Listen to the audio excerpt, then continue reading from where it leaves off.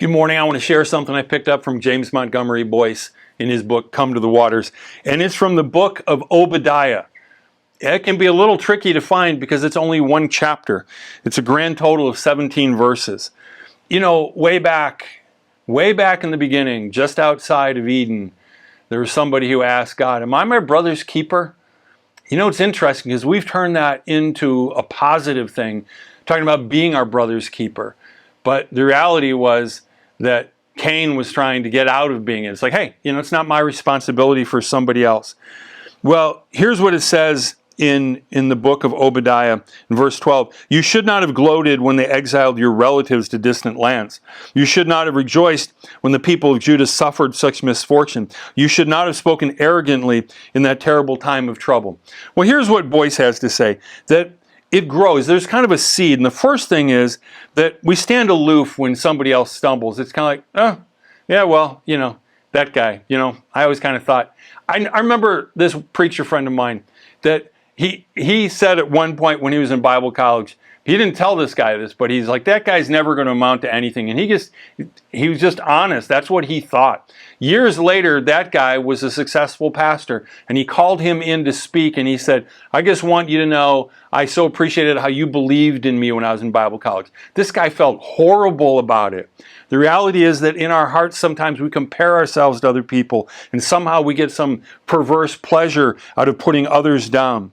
Well, that leads to another thing, and that is that once we're aloof, sometimes we look down on other people. Something goes wrong, and we're kind of like, oh, see, yeah, God doesn't love them as much as me because, yeah, look at them. The third stage, it's rejoicing over people who have fallen. Sometimes people somehow it's kind of like, yeah, I knew that was going to happen. That's just such a horrible attitude. But somehow it makes us appear better than somebody else. It doesn't in God's eyes. And the fourth stage is boasting. It's like we start talking about ourselves like we're something like, I would never do that. I'll tell you what, we need to be really careful that we say that I would never do something like that. And that's what Obadiah is confronting here. We need to mourn with those who stumble and fall. As a matter of fact, in the book of Ephesians, our duty to other believers is to build them up. It says that in Ephesians 5:12. And then it says in Galatians 6:1 that we should restore them, and we should do it gently and with humility, not with pride, but we need to build other people up. So, and I want to close out by talking about there's a day that two kings confronted one another for the first time. One was an earthly king. His name was Herod Antipas. Do you know what his motto of his reign was? Oh, I think a lot of people would get this. What will it profit me? What will it profit me? Is that your motto? I hope not. I mean, that's our natural inclination. But then you've got Jesus, who's the King of Kings. But because of his divine nature, because of how wonderful he is, the supreme king over all the earth, but he did not want the throne until he could share it with us.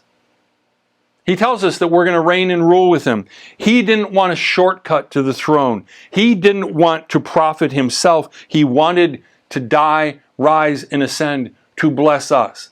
And so we're faced with the choice. Do we want to go Herod's way or Jesus' way? How will it profit me, or how will it profit the Lord my God? How will it profit my brothers and sisters?